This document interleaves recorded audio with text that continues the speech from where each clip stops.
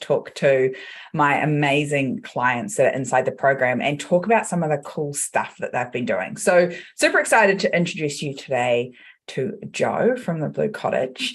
And we're going to have a wee chat about her journey and what she's been up to this year. She's done all sorts of exciting things in 2022. The year's not even finished, and she's like ticked all these amazing things off. And what the future holds a little bit for her as well. So I'm going to hand over to Jo. Super nice to have you here. Tell us a bit about who you are and what you do. Thank you very much. I'm Jo. I own a childcare centre in Papamoa in the sunny Bay of Plenty. We've just had our 5-year birthday, which is a big deal in itself. A lot of businesses don't get that far. We are doing really well. We're full. We've got a good old wait list going. I think let's just dive into that a little bit. How long is the wait list at your centre at the moment? So if you wanted to start now, you're looking at pretty much sort of September, October next year. So about 12 months. Yeah. About a 12-month wait list. So it's not a little wait list, it's a big wait list. It's a big wait list. Yeah. Nice. Awesome. It's cool. crazy. I have to pinch myself sometimes. But yeah. Amazing. And also that people are willing to actually go on it. Yeah, like you're pregnant and you're putting yourself on your wait list, really. Like that's the reality in your place. Yeah, definitely. Yeah. Cool. So we've been working together for a little while now, this whole year. We started in January. Yeah. So tell us a bit about why you and I connected and what was going on for you, because things weren't bad, but you just wanted something different. Yeah, no, things were going well. And I'd seen you before you'd popped up on my Facebook. I think I'd seen your book, actually, and I downloaded your book probably like a couple of years beforehand. Yeah. And I'd read your book. That was super cool. And then you started coming up, and I saw something about your success map. You did a workshop on your success map, which I went to. It was a couple of hour long workshop. And then I created what I thought at the time was a proper success map from that workshop. And I liked what you had to say, and it all made sense, and I wanted to learn more. And then I was in a position where the business was going really well, and I thought I could just sit here and do this forever. And I ticked all the boxes that I felt I wanted to tick at that point. And so I started getting itchy feet. Because I don't think that people who, like entrepreneurs, people who set up their own businesses don't then kind of go, cool, I've done that now, so now I'm happy in life. Yeah, I'm just going to sit here and do the same thing over and over again until I retire. Yeah. Okay, so you weren't going to do that. I was definitely working in the business. Yeah. And I was, I'm managing it and doing this sort of day-to-day stuff. And I was getting a bit bored.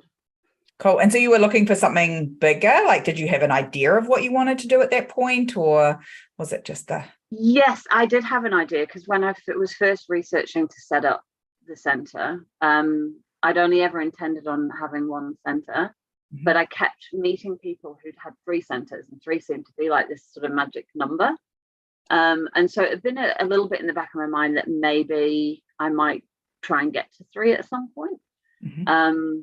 But it wasn't a major drive. But then I'd got 1 and it was doing really well. So then I wanted the next challenge. But I had a lot of things sort of within myself that were stopping me from doing that.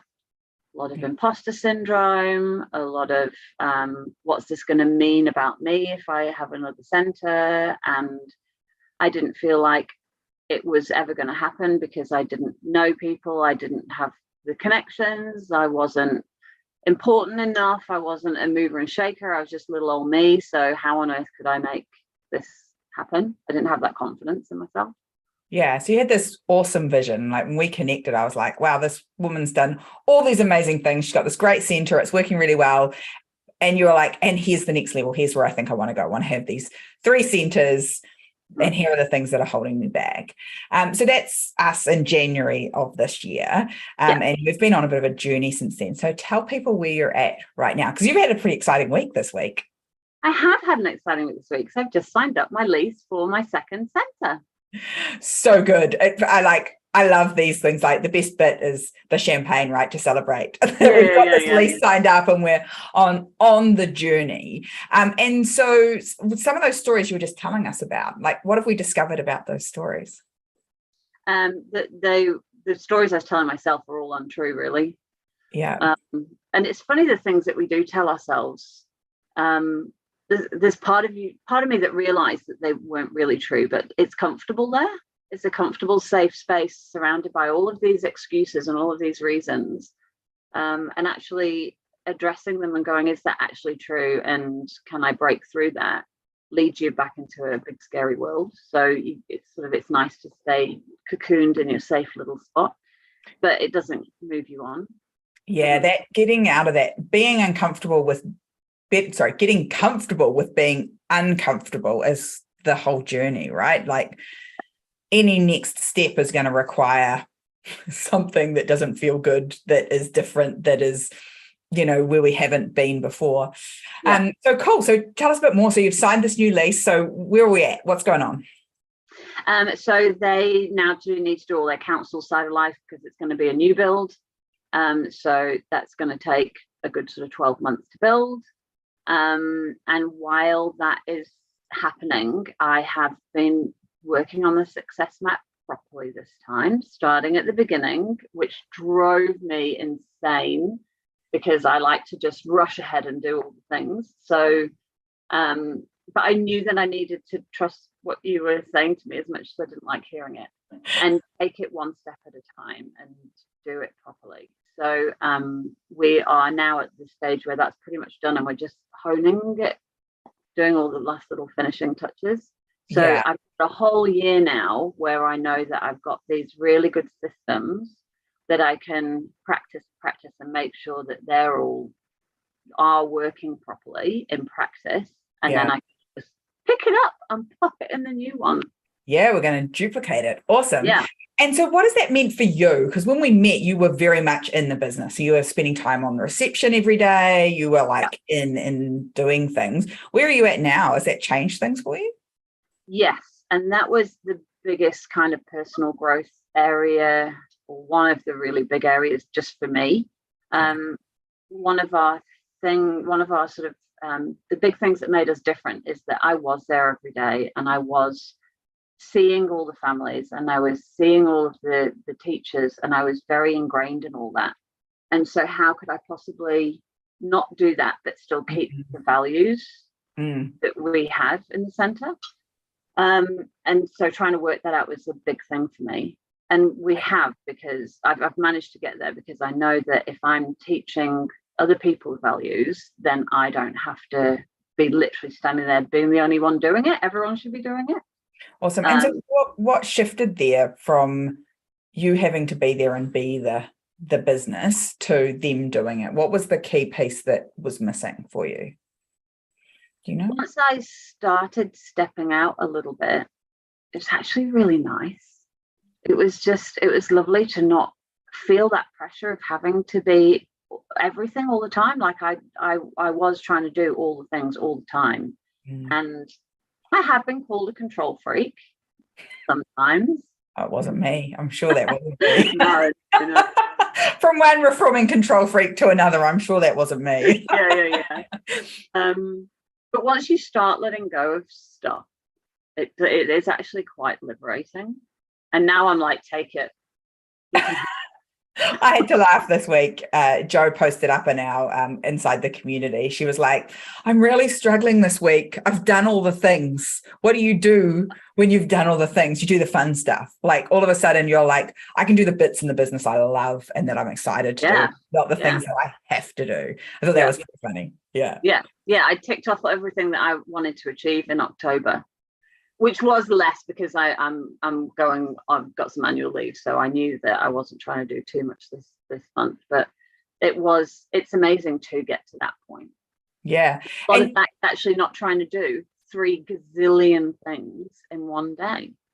Yeah, and trying to wear like 4 different jobs, like do the work of 4 full-time employees as well, and taking their jobs back. And so what has your team done? Because you had a great team when we started, like it wasn't that you were like, fundamentally my team sucks and we need to get rid of them all. You had a great team.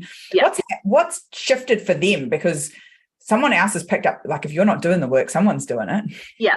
So one of the chats that I had with you, and you were kind of saying how there's a drawing that you did, how if you're still continuing as you're doing and you're growing, you're kind of going up like this, whereas sometimes you need to take the hit, which like financially or from a time perspective or whatever. So I was going up and I knew I needed to plateau for a bit to then be able to go up a lot more. And that really resonated with me. So I had a really great team, and I had people who wanted to step up and do more. And I knew that was going to cost the business money. And I was going to have to start letting go of things and trust in other people. It's not that I didn't trust them, but I don't know. I just wanted to keep everything close. Yeah. So I've promoted a couple of people up so that they're taking the lion's share of the work that I was doing. And the promotion is going to serve the longer term vision of the business as well as we grow and scale it to those other locations. Absolutely. And it means that I've got a couple of people who potentially would have got bored and would have left, but now there's growth. And it means that I've got teachers who are interested in doing leadership positions that I can start training them up, and it's great. Yeah, I really love that. I want to talk a little bit more about your team, because I think you've had some challenging moments like so many people, and I think this might resonate with some others and they might learn some things from you, is that you working in a sector where, you know, we've got front page news in New Zealand about there not being enough early childhood educators, right? And how long ago was it? You had like not for any bad reason, just life reasons, people moving away, pregnancies, travel, those sorts of things happening. How many spots did you end up, like you had a whole lot of empty spots on your team at one point? Yeah, so the team, when we're fully staffed, the teachers are 17 teachers per day that work. It was like a team of 30 altogether that fill all of that. But yeah, and I had 6 full-time teachers all leaving within the space of sort of a month. And yeah, that's overseas travel, pregnancies, like stuff that you got no control over. But it was just this perfect storm, and boom, it all happened at the same time. And yeah, there's a massive teacher shortage, and of them 5 of them were qualified as well. So I'm now looking for 5 qualified teachers. We were over to begin with, which was good, so I didn't need to replace all of them with qualified teachers, but there was a big pressure there. And so I did a little promo, which was really outside of what I've ever done before and a little bit outside of my comfort zone, but man, it worked. So we did a deal where if you found a teacher, you got a cash prize and they got a cash prize as well. Yeah. So you went to the people that were already awesome, that were already working for you, and said, I love working with you, and if we could find some more people like you, this place would be even more awesome. Yeah. Who do you know who might be interested in a job here? Hey, and here's the vision, and here's the progression, and here's what's going on, because obviously that's helpful. And said, if you find someone awesome, I'm going to pay you. And it was substantial. Like, we're not talking $100. We were talking, good lump of cash, right? Yeah. And you gave it to them and the person they found. I think that one's really interesting. So what's the logic behind that? Like, it just seemed fair to me. And they're taking their leap of faith in joining our team as well, so they should naturally get that kickback as well. And my personal struggle with thinking of doing that as an idea was that I don't want to be poaching other people. It's a small place, and ECE is small, and you don't want to be seen to be that kind of person. I don't want people to poach from me. But then on the other hand, if I am very confident to say none of my teachers would leave because they're going to get a few $100s in their bank account, And so if that is what is going to lure somebody away, then obviously they weren't really happy where they were. Yeah. And I think the other conversation around that is, we talked a little bit about the labour market and how there's a lot of noise around the labour market. And you talked about there's an ECE shortage and all that sort of stuff. Yeah. The reality is, how many of your teachers were coming off the unemployment benefit? But how many people have you hired off the unemployment benefit in the last 5 years? None. I've got a few that have come back from maternity, who've started back having had maternity leave, but yeah, none.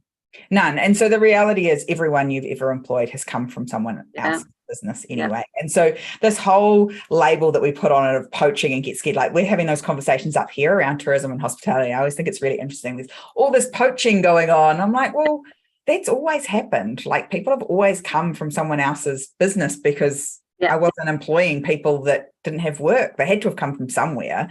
So I think that was a really amazing reframe that you did. And you filled those roles so fast with really good quality people. Yeah, it was actually crazy how it just worked out beautifully. And they're qualified teachers. Yeah, which is amazing. Yeah. So there's a lesson in that in reframing that whole, this is all outside my control and I can't fix it, to if I think about it differently and I do it differently, I get a different outcome, right? Really shifted that there. And we used what we already had, because I had this big team. So that's a resource. And I'd never really thought of that as a resource to find. I was just putting ads out and paying a fortune for ads. Like it's, if you wanted a good ad out on Trade Me, it's nearly $500 anyway. Well, I'd rather be giving that to one of my teammates who could get me somebody who they already rate as being a good teacher. And it cuts down on so much admin time, huge quantities of admin time. So even though it cost in paying out the bonuses, I actually saved money in especially my time going through all these CVs and doing all of the interviews for heaps of different people. Yeah. Because the first one that you got or the second one that you got was a great fit because they'd already been pre-vetted by someone else, which is cool. Yeah. So good. I love that. And we let them come and have a look around as well before they submitted. So if they wanted to, they could just come and hang out with us and see whether or not they felt that we were a fit for them before they put their CV in. And we went through that interview process. Yeah, I love it. So they'd kind of decided, yes, this is the job for me before they came into the interview. So they were pre-sold on the job and now they were really convincing you, take me, rather than in the current market, lots of people are kind of almost begging for workers. You guys positioned yourselves really as the prize. Look how amazing it is to work here. Yeah. There's financial benefits, there's a cool culture, we have fun together.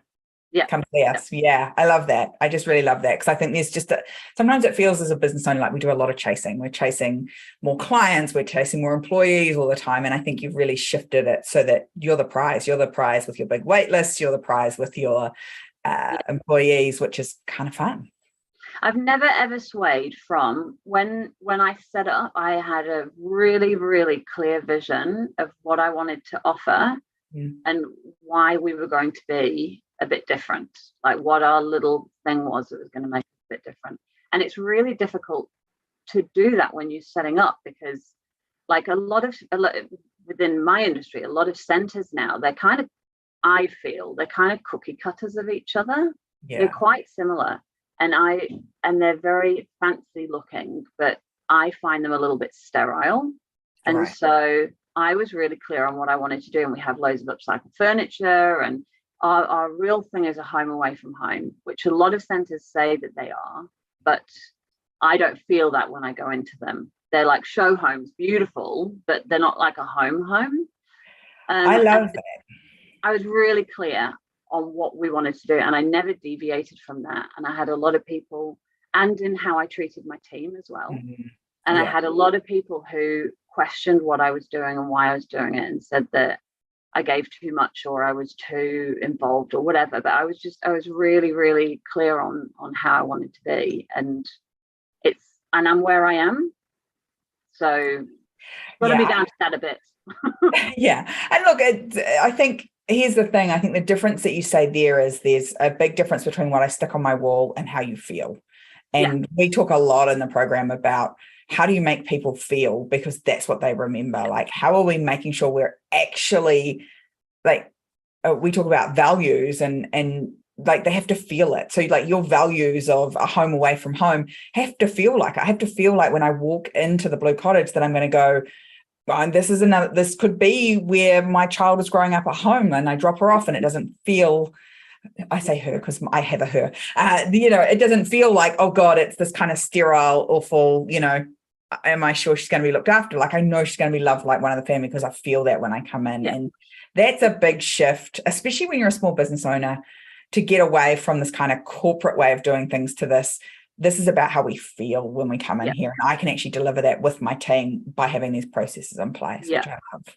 Yeah. And I'm never concerned with people looking around. Like we ask them to, and I encourage them to go and look at other places as well, because I know, I'm 100% sure that they will get that feeling from here. And you're dealing with mums and dads predominantly, who, like, you just feel it. And I say to them, trust your gut. And if we're not the right place, we're not the right place. That's fine, because if we're not right, I don't want them with us anymore. Than they want. If they're wrong, they're wrong. Yeah. But I'm like, tell them, trust that gut. And when you find the right place, you'll know it. And because I have confidence in that, I don't worry about that. Yeah, I was just about to say, and you believe that 100%. You have absolute confidence that the right people will find us, they'll like us, and they'll go. That's a lesson I learned really early on. God, when we were running a dive shop in Thailand, where we used to say to people, trying to sell them the open water course, people go, oh, but round the corner's cheaper. And we go, awesome. Well, I'll tell you what, come meet our instructors, then go meet their instructors. And then you decide what's a better fit for you. Yeah. And they would always come back. Yeah, we've had several families leave and enroll their children where it's cheap. Yeah. And then they come knocking at the door again. And like we just had one recently, and she's like, oh, it's like, we've gone to, I can't remember the hotel chain she used, but she was like, it's like we've just gone to the Travel Lodge and now we come back to the Hilton, or whatever. Yeah, nice. Like chalk and cheese, it's not. We do what we do. Yeah, cool. So tell me, if you had to say to someone, these were the 3 fundamental things that have changed this year that I've done differently, because now you're sitting here, Second Centre's on its way, team's fully ready to go.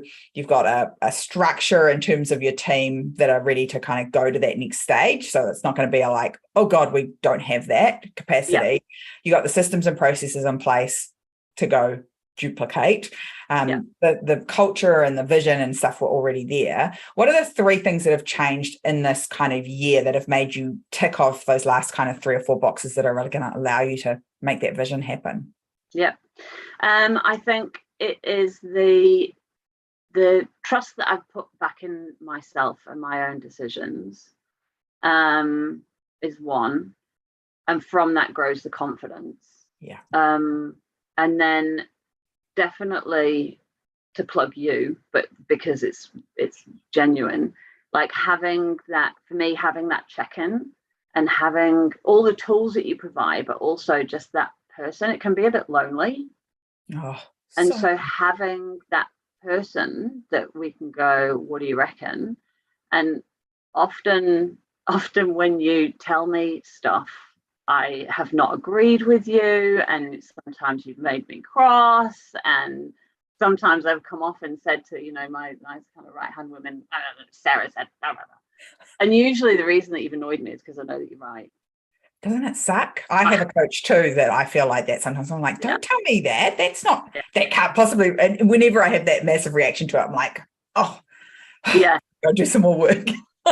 Yeah, pretty much. Yeah, no, I don't say you're going to love coaching. Like being inside the program is not going to be all roses and unicorns by any stretch of the imagination. But I think what you've done really well about that is you've grown in confidence, is you've taken that and gone, don't have to believe everything I say, but you've always gone away and done the work afterwards. And so kudos to you for doing that, because that's where the results come. Well, it's very much, and you actually told me this once when you've been particularly grumpy with me, but you were like, why are you here?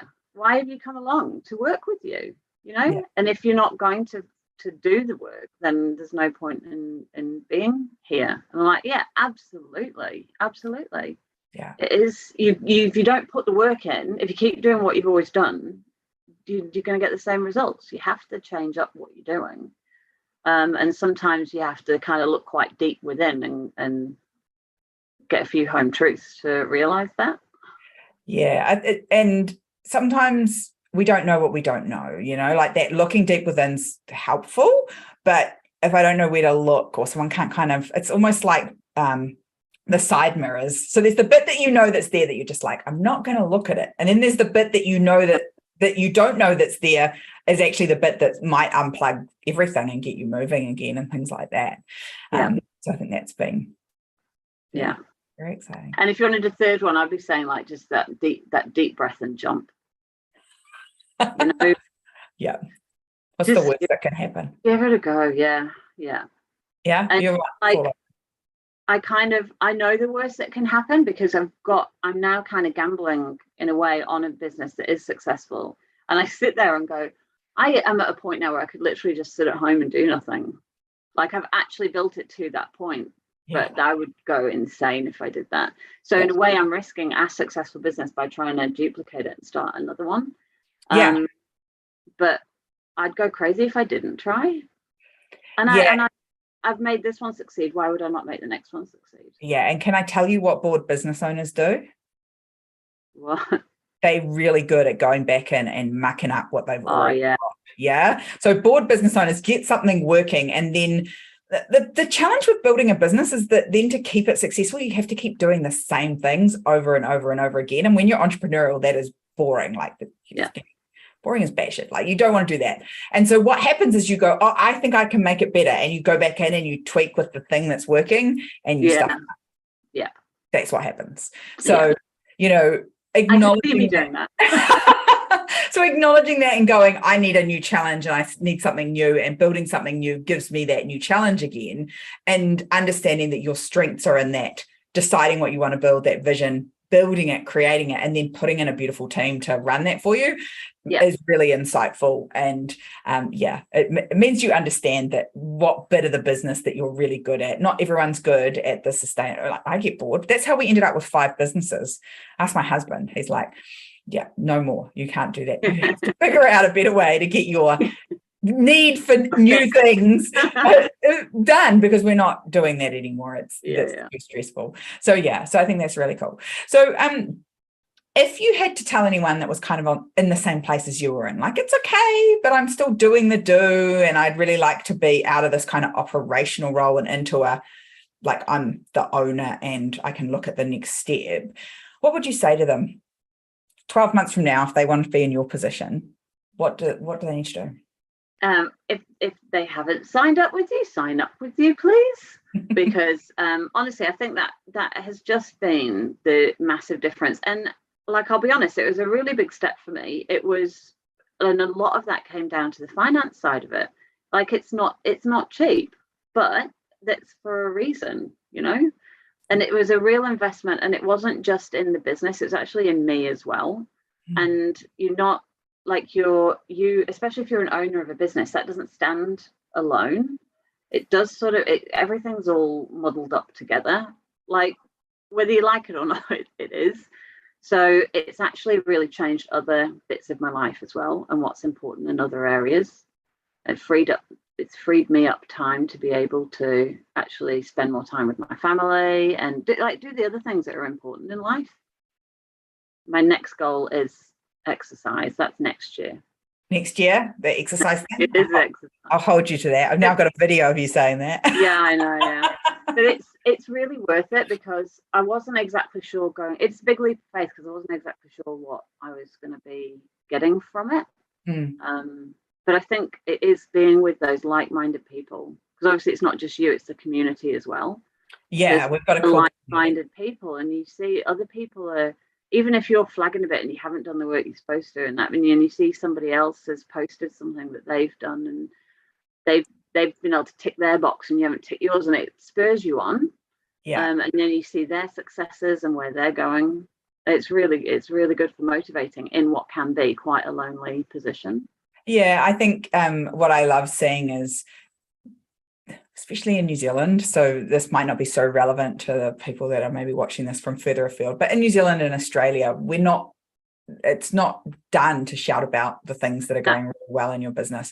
And so unless you do things like enter into awards or something like that, there's very few times where as a business owner you can celebrate the things that are going really, really well in your business. Yet that's happening on at the very least a weekly basis inside the community, where you guys are all celebrating with each other the cool stuff that's happening. And they all get how hard it's been to get that celebration happening, to get that win, because they've been there on the journey with you and they are in the journey themselves.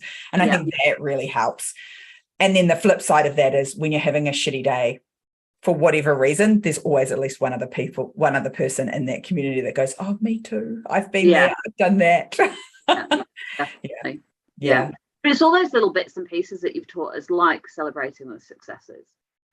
And I'm awful for going, cool, I've done that, right, what's next? And actually not pausing, and I'm really learning to have that pause and go, well done, you did a thing.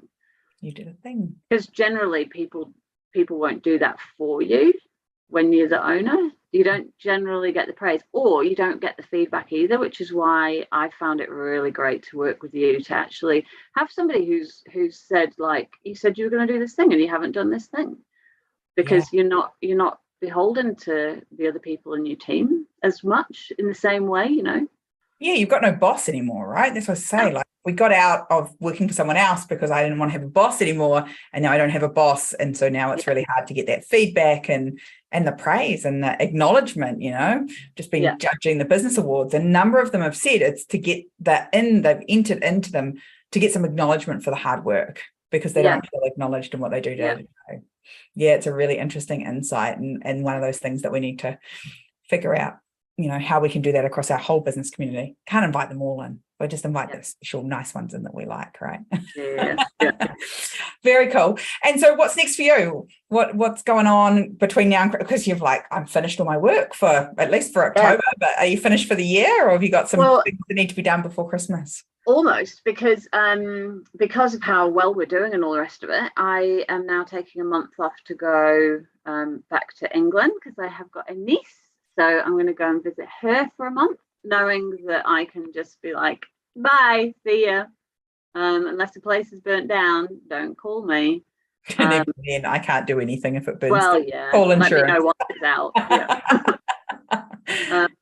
Yeah. And that's a really cool place to be in. And when we come back, it's all just Christmas fun. So that is actually pretty much me for the year. Yeah. And then next year we're full noise into setting up and making sure this next one stands up and is ready to go. Yeah. And maybe looking for number 3. Maybe, because that's the goal, right? That's the magic number. Yeah.